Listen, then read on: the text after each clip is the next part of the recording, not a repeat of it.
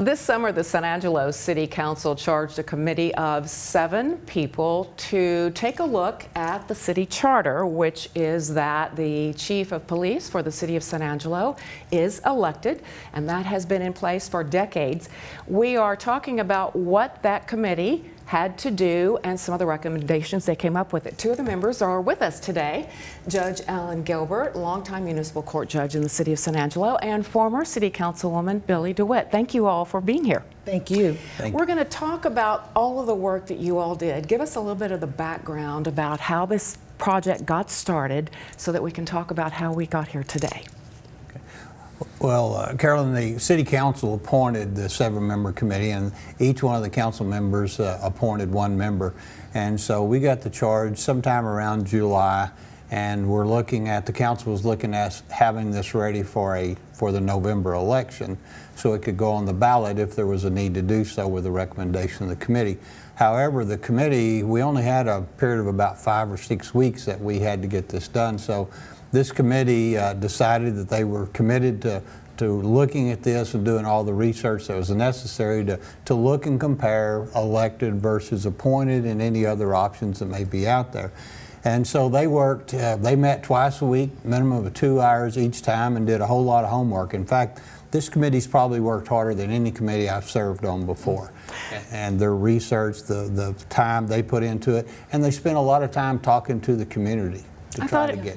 I thought it was interesting. Qualifications and authority were 2 key points you all were looking at. Exactly, and that was one of the things, Carolyn, when we met first, one of the points that we wanted to make sure is that even though we may have entered it with preconceived ideas about our stance on elected versus appointed, we felt it was the right thing to do to bring our objectivity to it, and we agreed to approach this from the position of not how we feel as individuals, but what is the best position for the whole city of San Angelo, elected versus appointed. How did this police chief topic come up? Well, one of the things, I'll take a stab at it, but you know, it's come up several times before, Carolyn, and it's been on the ballot, and it has been voted on. When we got the charge from the city council to take a look at it, we decided that after we looked at it and researched the topic, that it was important for us to share what we found out during this research. So even though it's come up before, I'm a lifelong San Angelo resident with the exception of 10 years when I worked away. I do not remember ever having the opportunity to understand more about elected versus appointed. I just had my thoughts on what I thought it should be. So, you know, looking at this topic, having that opportunity to look at it again has been real critical, and I think we've done a thorough job on the research, and we'll be able to share the information that has come out of our research with the public. Give us an idea of what you all, again, going back to qualifications and authority, kind of some of the specific points that you all ran across during your research. Well, there was one of the things that, of course, with my experience of 44 years, some of this I knew. I have to tell you, there's some things that I found out that I did not know when we began our research. So kind of a little bit of background, somewhere around the 50s, the city went from having an appointed chief to an elected chief with an election in the city of San Angelo. In the 60s, the early 60s, the city of San Angelo voted in civil service, which controls a lot of the way you discipline and officers, things of this nature, including some of the fire department. But anyway, they voted this in. Well, the civil service rules that came about, there's provisions in there for appointed chief of police, but there are no provisions for elected police chief. I didn't know that. We talked to people in the Attorney General's office. We talked to other cities. We found that, you know, a lot of people that when we talk to them, are a little bit surprised because they say, well, you know, we want the elected because, and it takes care of itself when it comes to qualifications. And when we say there's 2 qualifications to be a chief of police in San Angelo, you've got to be 18 years old and be a resident of the city of San Angelo. And many many of our members said they argued with me. They said that's not true, but that is true.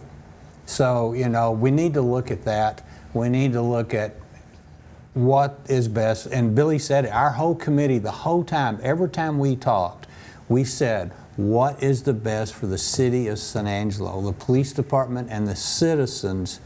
And that's where we kept focusing on. We argued, I can guarantee you, Billy and I argued both sides because we've both been on both sides of this thing. I've had thoughts of this way and thoughts of this way, and everybody in the committee before we finish says, I'm confused. There's no requirement for an elected chief to have prior police experience. Was one of the big differences. And as the judge was saying, the qualifications of being 18 years of age and being a resident of the city of San Angelo for 2 years is, the qualification to, put your name on the ballot and to run for, for election. The other thing that came out, Carolyn, as we looked at this and talked to some of the people that we actually interviewed, is that if there's a police officer that announces to be to run for chief of police, sometimes that can cause a bit of division within the police department, and sometimes the officers feel like they have to, take sides. So that sometimes is a bit of a hindrance in having a unified department. When we discuss the differences between appointed and elected police chiefs for the city of San Angelo, give us an idea of what authority an elected police chief has when it comes to salaries and personnel. Well, there's a lot of opinions in the city of San Angelo about actually what authority the chief of police has because he's elected. There are some differences because he may not answer to different people, whereas he does answer to other people as the voters. But the authority of the police chief, most people believe that our chief of police has the authority to discipline, to hire and fire, do things of this nature just on a whim. Well, that is not true. I just mentioned a while ago the civil service. The civil service rules, there's actually a civil service board, and they listen to certain areas of the discipline factors, what goes on, and then that they recommend disciplinary action. The chief, yes, is finally going to be the guy that's going to say basically yes or no, but they don't have the authority to just go and discipline someone because they go through the civil service process. The chief can assign people to different divisions. They can move their shifts, things of this nature. But the disciplinary part, the salary part, that comes from the city council. And so the chief operates under the rules of civil service, except when the city is under meet and confer. And in San Angelo is a meet and confer city. Right now we're not under contract. And what meet and confer means, in a short answer, is that the association meets with the city and they make decisions based upon their request and what the city can or cannot do.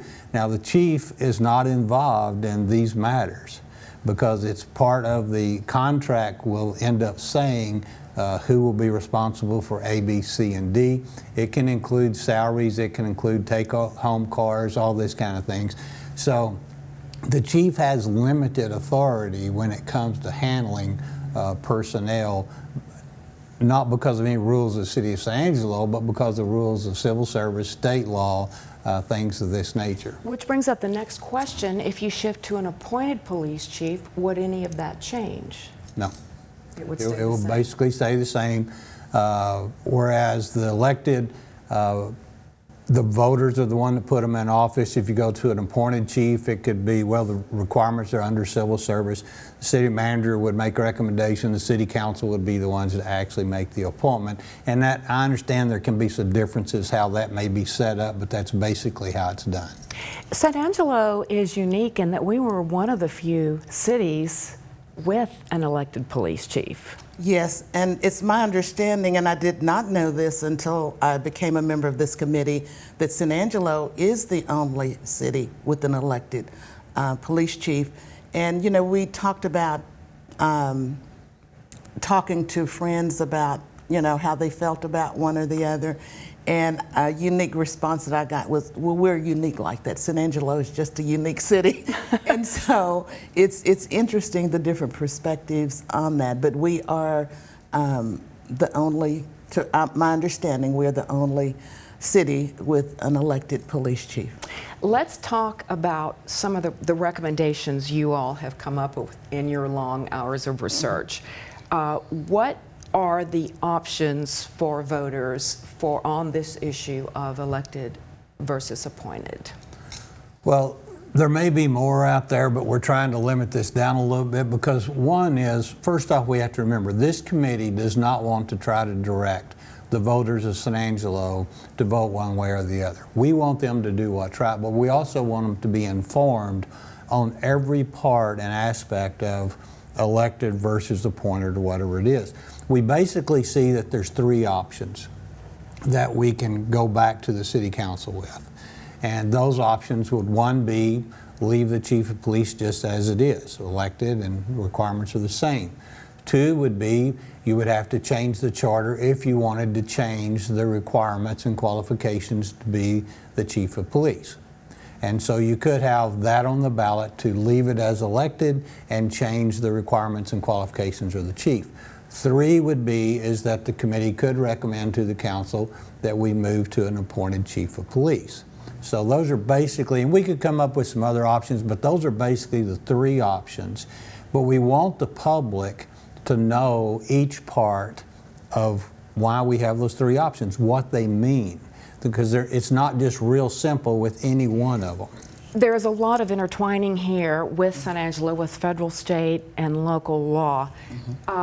What is the kind of the time frame that you all are looking at? What we're looking at right now, Carolyn, I think you're aware that we made a presentation to the City Council on our findings. Up to that point, we were, had been charged with having a recommendation for the November election. And after we made the presentation to the City Council, they agreed, we requested and they agreed that we could wait until the May election. So the time 2023. Of 2023. And our goal is, because due to rules and regulations, you have to follow a timeline. So our goal is to make our presentation to the City Council in early January. So that they will have a chance to review it. So that gives people several months to find out about everything they want to find out about, ask a lot of questions. What kind of process will take place for people to both learn everything they want to learn and then ask questions? Well, we have, as a committee, we looked at all the options that we have in today's world with social media, so that's why we're having this program today. We're going to hopefully be on the local television stations and spend some time there talking more about what our presentation was. We want to spend some time with San Angelo Live. We want to spend some time on social media. The city is setting up a website that you can get onto and be able to obtain this information. Our committee will also be having two open meetings in the community so that people can come to ask questions. And our main objective is, one, is to inform the public, but secondly, our objective after this is to go out and say, okay, now that we've laid the facts out, give us your opinion, because you are the voters, you are the people, you are the citizens of San Angelo, and we want to know your opinion. That's why we wanted this to be put off to May, is because we want to inform and we want to know what the citizens of San Angelo think. Why is it important for people to have input? Because I think people can support the things that they have input on, whether it goes their way or not. If you allow me to tell you what I think about it, then I think they're more accepting whichever way it goes. And we respect people, Karen, enough to want to get their feedback. And I think the feedback that we get from the public will go a long way into what our final recommendation will be to the council. So I think it's very important. And it's not something that you can really get a grasp of in just a few minutes. It's really, as you say, how many hours did you all spend researching this? I have the number somewhere, but we spent probably close to 200 hours. I would say that's fair. With everything that we Yes. did, yeah, in our meetings and doing our personal research and talking to our personal contacts, we spent a lot of. It doesn't seem like that much since we're here now, but it was, and we actually had people come in to interview. We interviewed both elected and appointed officials, to get perspective on it and the path that we were going down. And again, it's so much easier when you can see things that are written down and read them and think about them. Where will the best place be for people to go to actually look at the recommendations that are being considered? Whenever we do our presentations at the open meetings, we will have screens with all this information will be up on it. So we'll have that available. The website will have all this information. So you'll be able to look at it. And then at the open meetings, we're going to ask everyone to write down their questions, and we're going to be there to answer questions. We're not going to be there to argue one side or the other, but we will be there to discuss one side or the other. And then from that, we'll take our information. What's the most interesting thing you learned about this during the process? How little control anyone in the city has over what the police chief does and how it impacts the city and individual citizens. I was really surprised about that, and I knew there was some limitations, but just that it's not much that the council or the city manager or anyone can do if a chief decides to violate the rules and policies. That brings up a point. Who would, if the city charter is changed and voters decide to go from an elected police chief to an appointed police chief, who appoints the police chief? It would be probably, there's different ways to do it, but the city manager would make a recommendation to the city council. The city council would then actually be making the appointment thereof of the chief of police. And I'll ask you the same question I asked Billy about most interesting information you learned during this process.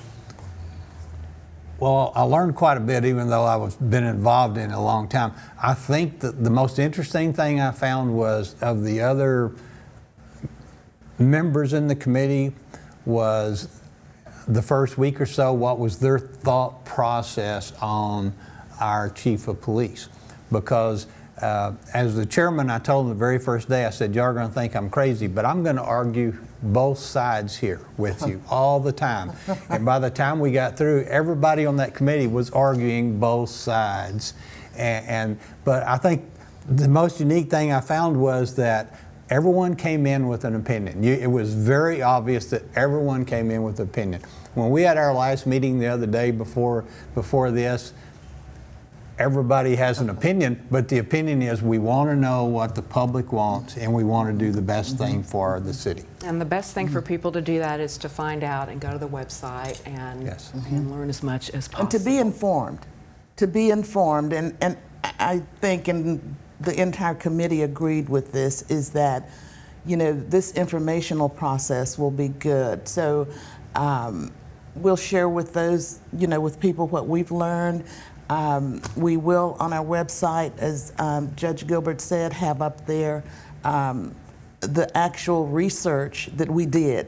So we'll have the purpose of the committee, the research that was done, our research findings, the process we went through, on all of this, and elected versus appointed. But you're not going to find a recommendation yet because there is no recommendation there. But I would like to say one other thing, Carolyn, is that, and the city council appointing us, the one thing that was made very clear to us was that the current administration we have in the police department is doing a great job. And this is no reflection whatsoever on them. I have been through, I think, 11 chief of police. I've seen the best we had and the worst we had during almost 50 years of that. And this administration is doing a good job. So I don't want anybody to think that the city council or this committee is acting on this. We're acting on history of the last few years and how things have changed, not only in San Angelo, but all over the state of Texas and the United States. And we need to be looking at that. And people need to learn for themselves. Yes, we want them to be informed.